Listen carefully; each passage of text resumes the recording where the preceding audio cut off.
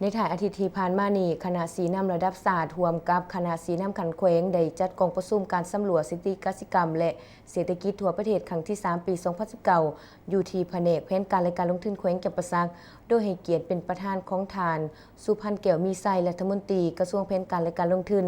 ทั้งเป็นห้องหัวหน้าคณะสีน้ำระดับศาสตร์ฐานนางเพชรสมรสนห้องหัวหน้าศูนย์สถิติแห่งศาสตร์มีบรรดาห้องเกี่ยวแขวงสีแขวงแขวงจำปาสักสารวัตรเซกองอัตตปือพร้อมด้วยพนักงานการนำลักเลงและพนักงานภายในแผนกแผนการและการลงทุนแขวงเขาห่วมกองผู้ซุ่มในครั้งนี้ทานนางเพชรสมรสอนห้องหัวหน้าศูนย์สถิติแห่งศาสตร์คืนรายงานความคืบหน้าและแผนการดำเนินในการสำรวจสิทธิกสิกรรม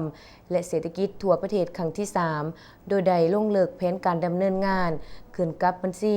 ครัวเรือนและหัวหน่วยพื้นฐานเศรษฐกิจปี 2019 ซึ่งการสำรวจสิทธิกสิกรรมและเศรษฐกิจทั่วประเทศในครั้งนี้แม้นมีความสำคัญและมีความจำเป็นที่สุดสำหรับประเทศเฮาเพราะว่าข้อมูลของการสำรวจนี้แม่นข้อมูลที่เป็นพื้นฐานการผลิตเศรษฐกิจเพื่อรับประกันให้แก่การติดตามความคืบหน้าการจัดตั้งปฏิบัติแผนพัฒนาเศรษฐกิจสังคม5 ปีครั้งที่8ก็คือการกาเกียมสร้างแผน5 ปีครั้งที่9เว้าร่วมเว้าเฉพาะก็แม่นคะแนนกสิกรรมและป่าไม้พร้อมกันนั้นก็เพื่อตีราคาการหลุดพ้นออกจากสถานภาพของประเทศโดยพัฒนาในต่อหน้า